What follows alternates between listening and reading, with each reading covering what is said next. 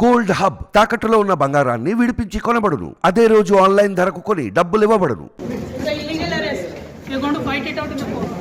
నమస్తే, welcome to మనం TV. నేను మీ ప్రియాంకారావు. ఈరోజు మనతో పాటు అనలిస్ట్ అంకమరావు గారు ఉన్నారు. వారితో మాట్లాడదాం. నమస్తే సార్. నమస్తే సార్, నిన్నటి నుండి హైదరాబాద్ను ఒక ఊపు ఊపేస్తున్న అంశం, చాలా హీట్ ఎక్కిస్తున్న అంశం కవిత అరెస్ట్.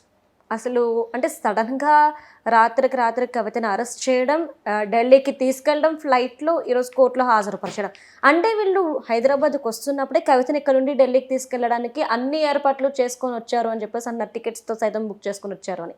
అసలు ఈ అరెస్ట్ని ఎలా చూడాలి అంటారు? నిస్సందేహంగా వాళ్ళు అంతా రెడీ చేసుకునే వచ్చారు. వాళ్ళు ఒక వ్యూహంతో రావటం కూడా జరిగింది.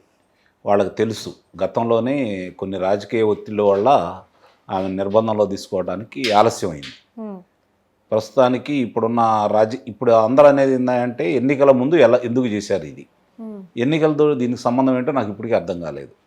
అంటే ఏ రాజకీయ పార్టీకి సంబంధించిన వాళ్ళనైనా ఇలా నిర్బంధంలో తీసుకోవాలన్నప్పుడు వాళ్ళ మీద ఉన్న అభియోగాలు నిరూపితమైనప్పుడు కూడా ఇంకా రాజకీయాల గురించి మాట్లాడుతున్నారంటే దాని అర్థం కావట్లా. ఇక దీనికి సంబంధించి చూసుకుంటా ఉంటే ఇది 100 కోట్ల రూపాయల కుంభకోణం అని చెప్పని ఇప్పుడు వరకు ప్రచారం జరుగుతూ ఉంది. దీనికి సంబంధించి ఢిల్లీ ఉప ముఖ్యమంత్రి గారిని కూడా అదుపులో తీసుకోవడం కూడా జరిగింది. మన రాష్ట్రానికి చెందిన విజయసాయిరెడ్డి గారి అల్లుడు తాలూకా, అలాగే రాఘవరెడ్డి అంటే మాగంట శ్రీనివాసరెడ్డి గారి యొక్క కొడుకు, వీళ్ళిద్దరి పేర్లు కూడా రావటం కూడా జరిగింది.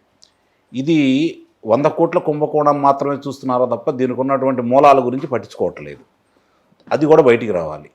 ఆయనేమో మామూలుగా నేరం ఒప్పుకున్నాడు ఆయన. మిగిలిన వాళ్ళ ఇప్పుడు ఆయన సంబంధించి ఉప ముఖ్యమంత్రి గారిని ఈరోజు వరకు కూడా ఆయన బయటికి తిరగట్లేదు. అవకాశం ఆయనకి ఇవ్వట్లేదు. రోజు రోజుకి ఆయన్ని చేస్తూనే ఉన్నారు. ఇవన్నీ చూసుకుంటా ఉంటే ఇప్పుడు జరుగుతున్న పరిణామాలన్నీ రాజకీయ కోణం ఉందనేది వాస్తవం. అందుట్లో ఎలాంటి సందేహం కూడా ఏం లేదు. కవిత గారి విషయాలకు వస్తే పోయినసారి ఎన్ని నాటకాలు ఆడారో చూస్తూనే ఉన్నాం.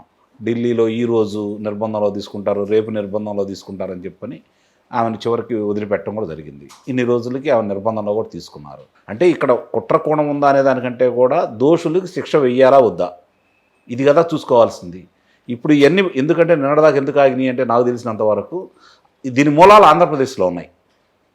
ఆంధ్రప్రదేశ్ పరిపాలన చేసే వాళ్ళ సంబంధించిన వాళ్ళు కూడా దీంట్లో ఉన్నారనేది స్పష్టంగా అర్థమైపోతూ ఉంది.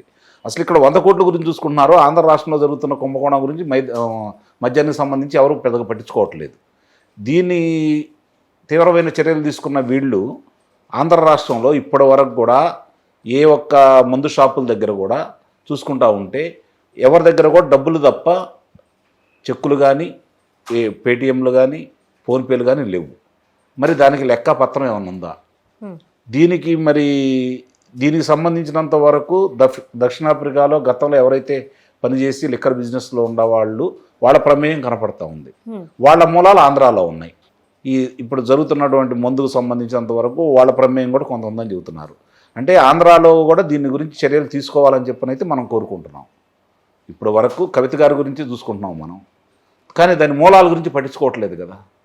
ఆ మూలాల గురించి కనుక మొత్తం బయటకు తీసి దానికి నిజమైన వ్యక్తులు, ఇది కుట్రకోణం సంబంధించినదే కాకుండా కల్తీ మద్యం కూడా జరుగుతూ ఉంది ఆంధ్ర రాష్ట్రంలో. ఎంతోమందికి అనారోగ్యం పాలవుతూ ఉన్నారు. కొన్ని వేల కోట్ల రూపాయల కుంభకోణం జరిగిందని చెప్పి స్వయాన పురంధేశ్వర్ గారే మాట్లాడటం కూడా జరిగింది. ఆ మామూలు మనిషి వ్యక్తి కాదు కదా. కేంద్ర మాజీ మంత్రి గారు ప్రస్తుతం రాష్ట్రానికి భారతీయ జనతా పార్టీకి అధ్యక్షురాలుగా ఉన్నారు. కేంద్రంలోనే భారతీయ జనతా పార్టీ ప్రభుత్వం ఉంది కాబట్టి ఏదో దీని మీద చర్యలు తీసుకుంటారని ప్రజలు భావించారు. కానీ దానివల్ల ఉపయోగం ఏం కనపడలేదు. ఆమె పోరాటమే చేసిందే తప్ప ఫలితం అయితే రాలేదు. కాబట్టి ఇప్పుడు ప్రారంభించారని అయితే నేను భావిస్తున్నాను.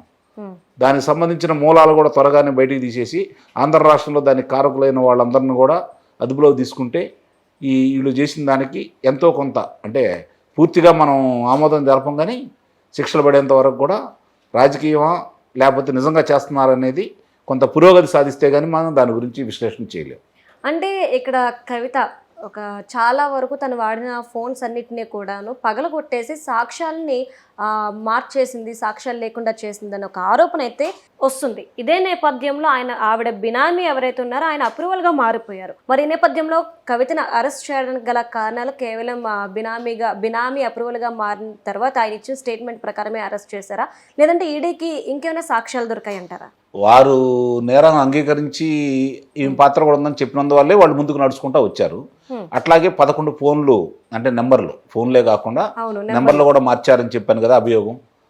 లేదు మా దగ్గర ఉన్నదని నేను మార్చలేదు, దాన్ని ధ్వంసం చేయలేదని చెప్పని ఆమె ఇచ్చింది. దానిలో ఆధారాలు దొరికి ఉండొచ్చు. ఎందుకంటే ఇప్పుడు గూగుల్ టేక్అవుట్ ద్వారా అసలు ఏం జరుగుతుందో కూడా తెలుసుకుంటున్నారు కాబట్టి వాళ్ళు చెప్పిన దాన్ని వీళ్ళు నమ్ముతారని అయితే మనం భావించాల్సిన అవసరం లేదు.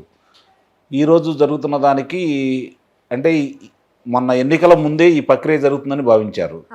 అంటే ఎన్నికల తర్వాత ఇప్పుడు చేశారు కాబట్టి మళ్ళీ ఎన్నికలు రాబోతున్న సమయంలో వాళ్ళే ఉంటున్నారు మా పార్టీని ఇబ్బంది పెట్టడం కోసం చేశారని చెప్పని బీఆర్ఎస్ వాళ్ళు అంటున్నారు. లేదు వాళ్ళిద్దరూ ఒకటే, మళ్ళీ బీఆర్ఎస్ నిలబెట్టడం కోసం చేస్తున్నారని చెప్పని కాంగ్రెస్ పార్టీ భావిస్తూ ఉంది.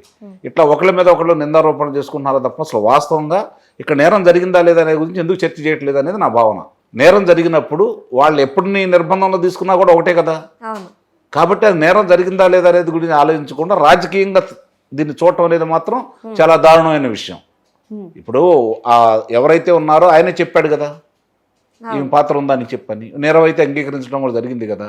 ఆ అంగీకరించినప్పుడు సాక్ష్యాధారాల ప్రకారం వాళ్ళు వచ్చారని చెప్పి ఇప్పుడు చెబుతున్నారు వీళ్ళు, ఈమె ఆధారాలు ఉన్నాయని చెప్పి చెబుతున్నారు. న్యాయస్థానాల్లో నిరూపించుకోండి, వచ్చిన నష్టం అయితే ఉంది.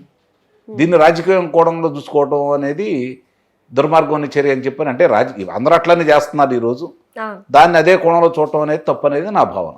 అయితే ఇప్పుడు కవిత అరెస్ట్ అయిపోయింది. ఇటు చూస్తే వైఎస్ఆర్సీపీలో కీలక నేత అల్లుడు ఉన్నారు, ఇటు చూస్తే ఎంపీ కొడుకు ఉన్నారు, అటు ఆమ్ ఆద్మీ పార్టీలో హోమ్ మినిస్టర్ ఉన్నారు. వీళ్ళందరూ కాకుండా ఇంకెవరినైనా అరెస్ట్ చేసే అవకాశాలు కనిపిస్తున్నాయి నెక్స్ట్ కవిత తర్వాత. ఎందుకంటే నిన్న మనం కేటీఆర్ స్టేట్మెంట్ చూస్తే కనుక కవితని అరెస్ట్ ఎలా చేస్తారు, ఈడీ రాంగ్ స్టెప్ తీసుకుంది, కావాలనే కవితని అరెస్ట్ చేసింది అంటూ కూడా ఆయన కొన్ని ఆరోపణలు అనేవి చేశారు. సో ఈ నేపథ్యంలో నెక్స్ట్ టార్గెట్ ఎవరై ఉంటారు? నీ రాష్ట్రంలో ఉన్నటువంటి ఒక లోక్సభ సభ్యుడు రఘురామకృష్ణరాజు గారిని అన్యాయంగా అక్రమంగా తీసుకెళ్లారు కదా. ఆ రోజు ఇదే మాట మీరు ప్రశ్నించి ఉన్నట్టయితే బాగుండేది కదా కేటీఆర్ గారు. అంటే ఇక్కడ రాజకీయ అవసరాలు ఎవరు, అందుకే నేను చెప్పాను రాజకీయ అవసరాల చుట్టూ తిరుగుతున్నాయి తప్ప నేరం జరిగిందా లేదనే దాని గురించి ఎవరు ఆలోచించలేదు కదా. వదిలేసి రాజకీయం మాత్రమే చూస్తున్నారు అనేసి అంటున్నారు. నిస్సందేహంగా అంటే కుంభకోణంలో ఉన్న వాళ్ళు శిక్ష అనుభవించాలా వద్దా అంటే వాళ్ళు శాసనసభ్యులు లేకపోతే శాసన మండలి సభ్యులు, లోక్సభ సభ్యులు, రాజ్యసభ సభ్యులు అయితే వదిలేయాలా? అది కదా ఇప్పుడు ఉన్న ప్రశ్న. దీని గురించి కదా ప్రజలు ఆలోచించాలి. రాజకీయం చేసుకుంటూ ఉంటారు, ఎన్నికల్లో మాట్లాడుకుంటూ ఉంటారు, ఎన్నికలు వచ్చినప్పుడు మాట్లాడుకుంటూ ఉంటారు, కుంభకోణాల గురించి అధికార పార్టీ గురించి మాట్లాడుతూ ఉంటారు. కానీ ఆ రోజు అధికారంలో ఉన్నారు, కుంభకోణంలో పాత్రధారి సూత్రధారి అని కదా వాళ్ళు భావిస్తుంది. మీరు అన్నట్టు ఇది ఆంధ్రాలో మూలాలు ఉన్నాయి, ఇది ఎక్కడితో ఆగదు, మూలాలు ఆంధ్రాలో కూడా ఉన్నాయి. ఎందుకంటే వాళ్ళకు సంబంధించిన వాళ్ళు కూడా ఉన్నారు కాబట్టి. ఇంకా మీరు అన్నట్టు పెద్ద తలకాయలు బయటకు వస్తారేమో, రావాలి కూడా. నాకు తెలిసినంత వరకు ఆంధ్ర రాష్ట్రంలో పరిపాలనా విధానంలో ఉన్నటువంటి ఒక పెద్ద తలకాయ కూడా ఉందనేది ప్రజలందరూ భావిస్తున్నారు. ఇప్పుడు దీనికి అందుకనే కాపాడుకుంటూ వస్తున్నారని చెప్పి మనం భావించాలి.